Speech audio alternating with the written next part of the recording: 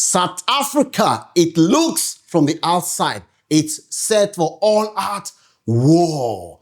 Today, we want to explain and analyze what are the implications, how did we get here, and assess Tinubu's reaction and action to this matter. As we talk now, they've already killed some Nigerians. They've already killed some Nigerians as we are speaking right now. Nigerians that have lived in South Africa for many years. They thought they have built a home in South Africa. As I'm speaking to you now, even young children are not even spared. They naked one Nigerian woman openly and they beat her. And not to show that video because that video break my heart. These girls who are sleeping with foreigners, they must never think they're going to control us. This is our country. I love Nigerian music. I love Nigerian people. I love Nigerian men. If I had to marry a South African man, I would cheat on him with a Nigerian man. My man. Baby.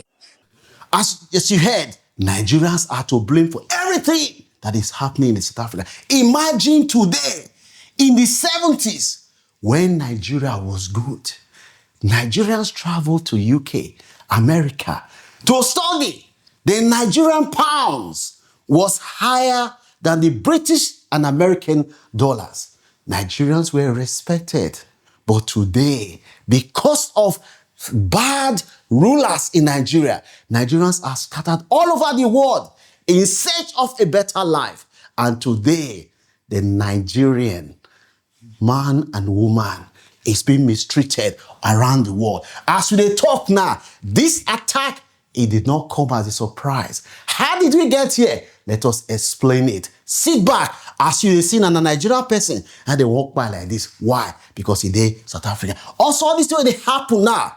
Some people have said that the South African ruling elite, politicians, religious leaders, and even South African traditional rulers and leaders of civil society, they are complicit in what is happening because they have tapped the fear of the poor South Africans who have been failed by the ANC for many years, and they are now looking for who to scapegoat and blame. And the easiest target is Nigerian and other foreigners. Some people even talk, say, look at the action of Ghana, who summoned South African ambassador to Ghana to come and explain to the Ghanaian government what is happening in South Africa. Why are Ghanaians being mistreated? Compare that to the action of Jagaban. All he did was to demand protection after 2 Nigerians were killed. Demand protection where the sign indicate that the South African government is incapable of fulfilling their primary responsibility, which is the protection of lives and property of South Africans and other foreigners. So people will say the action of Jagaban and his foreign minister is shameful and did not come as a surprise because they buy Nigerians for Nigeria. Nigeria government of fail. Now let us now look at some of the root causes of this issue. Number 1, South Africa current unemployment is about 31%.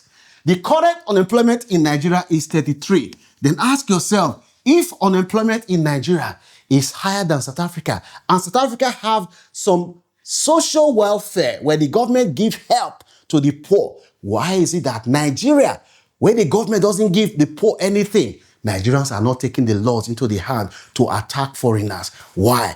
Some people say Nigerians are too welcoming. That could be why. Unemployment. ANC, since Mandela came on board, they are, according to a lot of observers, they have failed the black South Africa. Also, economic inequality. The resources, the wealth of South Africa today is in the hands of very minority. And those minority, they are white South Africans. But they are not the ones who are being targeted. Why is it that the white South Africans controlling the country, they are not being targeted? It's the poor black who are doing many a job, running the streets, doing businesses. They are the ones that are being targeted. Xenophobia, targeting Africans. A lot of Africans are appalled by what is happening in South Africa. Is this the same South Africa that we help free the blacks? Nigeria South African liberation became the centerpiece of Nigerian foreign policy. Nigeria donated, gave Nigerian passport to others, some ANC leaders who were in exile. Even Thabo Mbeki, they were in Ghana and so. Is it the same South Africa? That is the questions that Nigeria have asking. Political scapegoat. Some people say South African politicians, they have failed and they are looking for the easy target, and the easiest person to target now the immigrant who is there. That's another reason. People say the anti-immigration rhetoric have been amplified by a section of the South African ruling elite to advance their selfish interests, and Nigerian businesses are being targeted. Nigerian children. This situation, so people say now all out war. That is where South Africa is headed to. Some of us predicted this a long time ago. Now there's fear and insecurity in the minds of Nigerians. Even pastors in South Africa are preaching that they should chase out Nigerian and other foreign pastors because their churches is empty, because Nigerian pastors are collecting all their customers. That's what I'm saying. So my forced to return to Nigeria. So people look at the situation in Nigeria. This is a reflection of bad government. And this is why next year's election, all Nigerians at home and in the diaspora need to be engaged, because when Nigerians good, Nigerians used to go to London, go to America to study. And once they finish, even if they have the opportunity to stay, they'll say, no, my Nigerian naira is more powerful than the British pounds and the American dollars. Compared to now, where even Libya, they are enslaving Nigerians and the government. This is a failure of bad leadership. That is how we got to this situation. Also, we are knowing that this situation that we find ourselves now, the key takeaway that Nigeria can learn from this is economic hardship increases public frustration. Political tension amplifies fear and blame.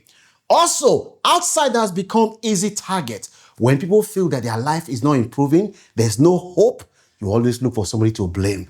And the people to easily target are the most vulnerable in society, who happens to be immigrant. Though also, there is even fellow Africans are not spared. You talk about African unity. Where's the African unity when we cannot even live together in peace? Also, social stability can break down quickly when there is inequality. What are the key lessons that Nigeria can learn from this situation? Strengthen local economy to reduce migration. We must fight corruption.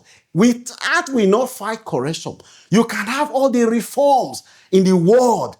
Nothing will change when a government, the president is allocating contract to his children and his cronies, inflated in breach of Nigerian law. And that I cannot continue. Build strong Nigerian communities overseas. Know local laws and culture. Also, avoid stereotype. As long as Nigerian society cannot take care of Nigerians, all this one they see, so we will continue to see more things like this. Let us now look at the views of Nigerians about what is happening online. Now, Adebayo Salako said, the bottom line is lack of capacity for wealth creation that defines Africa. Venting anger against fellow Africans does not make up for lack of capacity. In the meantime, Nigeria government should evacuate its national from South Africa. Are you happy with the response of the Tinubu-led government so far?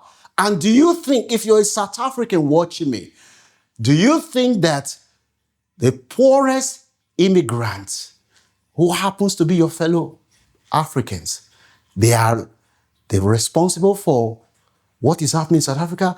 Why is it that the 5% of your population that controls the wealth of South Africa, who are predominantly foreigners and white South Africans, why is it that they are living in their comfort? Is your fellow black and black that you are blaming that you don't have a wife, your pastors don't get people in their church? Nigerians are to blame.